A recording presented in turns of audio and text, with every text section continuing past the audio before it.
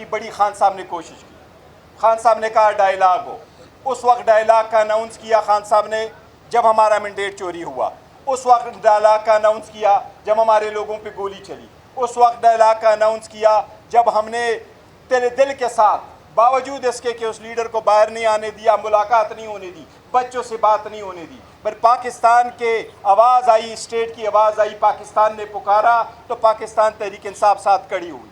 ऐसे वक्त में किस चीज़ की डायलाग होगी और किस चीज़ की डायलाग?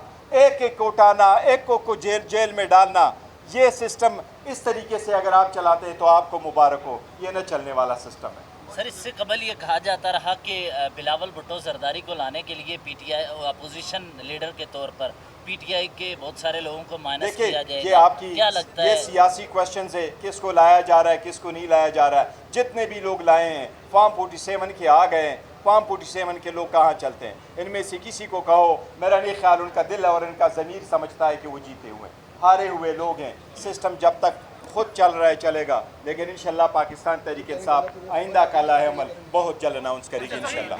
शुक्रिया। नहीं, उसके नहीं, यही हमारे मैनेज कन्विक्ट हुए हैं बाकी अली अमीन साहब।